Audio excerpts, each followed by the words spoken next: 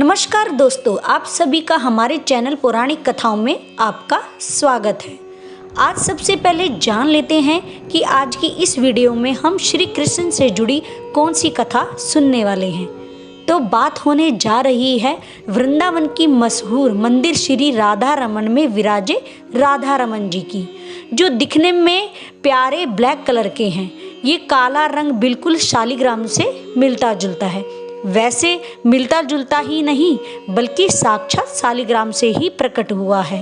लेकिन ऐसी क्या वजह थी राधा रमन जी को ऐसा रूप लेना पड़ा, तो इसके पीछे की कथा काफ़ी रोचक है। वैसे ऐसे भी कहा जाता है कि जो लोग शालिग्राम को अपने घर लाते हैं उन्हें उनकी पूजा पाठ शुद्धता आदि का विशेष ध्यान रखना चाहिए। शालिग्राम की अच्छी बात यह है कि इसमें प्राण प्रतिष्ठा की जरूरत नहीं होती, क्योंकि इसमें साक्षात भगवान विष्णु विराजित हैं। यानी कोई सीधे शालिग्राम को लाकर उनकी पूजा करना आरंभ कर सकता है। ये अलग अलग प्रकार के होते हैं। ऐसा कहा गया है कि अपने रंग रूप, आकार और कुछ अन्य विशेषताओं के आधार पर लगभग 33 प्रकार के शालिग्राम होते हैं। इसमें से 24 प्रकार के शालिग्राम भगवान विष्णु से संबंधित माने गए हैं, जहाँ एक तरफ शालिग्राम की पूजा करना बड़ा लाभकारी और शुभ होता है, और वहीं दूसरी तरफ इसको लेकर कुछ सावधानियां भी बरतनी जरूरी होती हैं। ये तो बात हुई शालिग्राम की, लेकिन वीडियो के अंत में राधा रमन से जुड़ी एक हैरान कर देने वाली बात भी आपको पता चलेगी। तो अब कथा की ओर बढ़ते हैं और जानते हैं कि राधा रमन जी का रूप कैसे प्रकट हुआ। तो कथा इस प्रकार है। एक बार श्री गोपाल भट्ट गोस्वामी नेपाल में मुक्तिनाथ मंदिर गए हुए थे, जो कि वैष्णव संप्रदाय के प्रमुख मंदिरों में से एक है। नेपाल और भगवान विष्णु की बात आते ही गंडकी नदी का नाम खुद ब खुद याद आ जाता है। तो इस पवित्र नदी में स्नान करने के बाद गोपाल भट्ट गोस्वामी जी अपने लोटे में नदी का जल भरा तो उसमें कुछ शालिग्राम खुद आ गए। उन्होंने लोटे को खाली किया और फिर वो दोबारा जल भरा तो फिर इस बार वही हुआ, वही शालिग्राम आए। वैसे भी ये तीर्थ स्थान शालिग्राम भगवान के लिए ही प्रसिद्ध है। श्री गोपाल भट्ट को समझ नहीं आया तो उन्होंने फिर जल खाली करके दोबारा जल भरना चाहा। तीसरी बार भी वही हुआ और एक उन्होंने 12 शालिग्राम को लोटे में देखा। और जब बार बार एक ही चीज होती है तो उस पर हमें ध्यान देना चाहिए। तो गोपाल भट्ट गोस्वामी उन 12 शिलाओं को भगवान विष्णु की कृपा समझकर अपने साथ वृंदावन तो ले आए, जहाँ वे बड़े प्यार और श्रद्धा से शालिग्राम की पूजा करते थे। और रात होने पर सबको एक साथ कपड़े में बांधकर पीपल के पेड़ की शाखा पर लटका देते थे। अगली सुबह फिर उठकर वैसे ही विधि पूर्वक उनकी आराधना करते थे। एक बार एक अमीर व्यक्ति आकर उन्हें भगवान जी के विग्रह के लिए बड़े सुंदर सुंदर वस्त्र दे जाता है। वैसे कहीं कहीं ऐसा उल्लेख आता है कि जब कोई उत्सव आता है तो वृंदावन में श्री कृष्ण के प्रसिद्ध मंदिर में स्थापित विग्रहों यानी कृष्ण की मूर्तियों को बड़े अच्छे से सजाया जाता है। उनको सुंदर वस्त्र आभूषण पहनाए जाते हैं।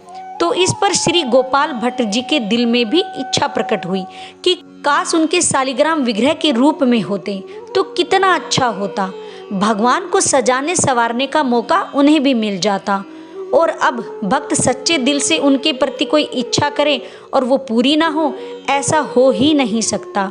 तो उस रात गोपाल भट्ट हमेशा के जैसे भगवान शालिग्राम को वैसे ही बड़े प्यार से एक साथ एक कपड़े में बांधकर पेड़ से लटका देते हैं और सोने चले जाते हैं। जब वो अगली सुबह उठते हैं तो पेड़ से शालिग्राम को उतारते हैं तो उन 12 शिलाओं में से एक दामोदर शिला श्री राधा रमन के रूप में प्रकट हो गई। ये 1399 विक्रमवत वैशाख शुक्ल पूर्णिमा का दिन था। ये घटना बेहद हैरान कर देने वाली थी कि कैसे अपने भक्त की इच्छा को पूरा करने के लिए वो एक पत्थर के अंदर से रूप लेकर प्रकट हो गए। वैसे खंबे के अंदर से भगवान नरसिंह रूप में भी पहले आ चुके हैं और उनके लिए भक्तों में प्रेम से बढ़कर और कुछ नहीं है। अब इस विग्रह को देख गोपाल भट्ट की खुशी का ठिकाना ही नहीं रहा। वो तुरंत गोस्वामी, सनातन गोस्वामी, रूप गोस्वामी और बाकी भक्तों को बुला लाए ताकि वो सब भी भगवान के दर्शन कर सके। हर कोई भगवान के रूप को देखकर हैरान और खुश था। इसके बाद वैष्णव के आशीर्वाद को पाकर श्री गोपाल भट्ट स्वामी गोस्वामी ने श्री राधा रमन जी की पूजा की। श्री राधा रमन विग्रह की पीठ को देखा जाए तो उसमें शालिग्राम का दर्शन होता है, जिससे साफ लगता है कि वो इसी से प्रकट हुए हैं। इसे ललित त्रिभंग रूप भी कहते हैं, क्योंकि श्री राधा रमन के इस विग्रह को देखने वाले को श्री गोविंद, गोपीनाथ और श्री मदन मोहन तीनों के दर्शन एक ही साथ हो जाते हैं। अगर आप इन विग्रहों को देखें तो भगवान का मुख यानी चेहरा गोविंद देव जी के समान दिखेगा, भगवान का वक्षस्थल श्री गोपीनाथ के जैसा दिखेगा और चरण कमल मदन मोहन जी के समान दिखेंगे। तीनों के दर्शन का फल इस एक ही श्री राधा रमन के विग्रह से मिल जाते हैं। राधा रमन जी की प्रतिमा के साथ राधा जी की प्रतिमा अलग से नहीं है, क्योंकि यहाँ दोनों को एक ही रूप में पूजा जाता है। वैसे बाकी विग्रहों की तरह श्री राधा रमन जी वृंदावन से कहीं बाहर नहीं गए। बता दें कि आज तक गोस्वामी समाज द्वारा ही श्री राधा रमन जी की सेवा की जाती है। मंदिरों में श्री राधा रमन के विग्रह के साथ बाकी 11 शिलाएं भी स्थापित हैं और उनकी भी विधि पूर्वक पूजा होती है। जहाँ तक बात रूप और गोस्वामी सनातन गोस्वामी की, तो ये दोनों ही चैतन्य महाप्रभु के प्रमुख शिष्य थे। चैतन्य महाप्रभु भगवान श्री कृष्ण के भक्ति अवतार थे। इन्होंने श्री कृष्ण भक्ति के लिए बड़े पैमाने पर प्रचार प्रसार किया था, जिसके चलते वो एक बार दक्षिण भारत की यात्रा पर भी गए थे ताकि श्री रंगनाथ के दर्शन कर सके, जिस दौरान उनकी भेंट वेंकट भट्ट नाम के भक्त से हुई थी। वो चातुर्मास का समय था, यानी वो 4 महीने जो ध्यान और साधना करने वाले लोगों के लिए बड़े अच्छे माने जाते हैं। इन 4 महीनों के लिए भगवान विष्णु योग निद्रा में चले जाते हैं। तो हुआ यह कि भक्त वेंकट ने जब चैतन्य महाप्रभु को इन 4 महीनों में अपने घर निवास करने को कहा। दोस्तों, श्री गोपाल भट्ट वेंकट भट्ट के ही बेटे थे। उन्हें चातुर्य मास में चैतन्य महाप्रभु की सेवा करने का मौका मिला, जब वो सिर्फ 11 साल के ही थे। गोपाल भट्ट जी तो महाप्रभु जी के साथ ही वृंदावन जाना चाहते थे, लेकिन महाप्रभु ने उन्हें आशीर्वाद दिया और शिक्षा दीक्षा लेने और माता पिता की सेवा करने को कहा।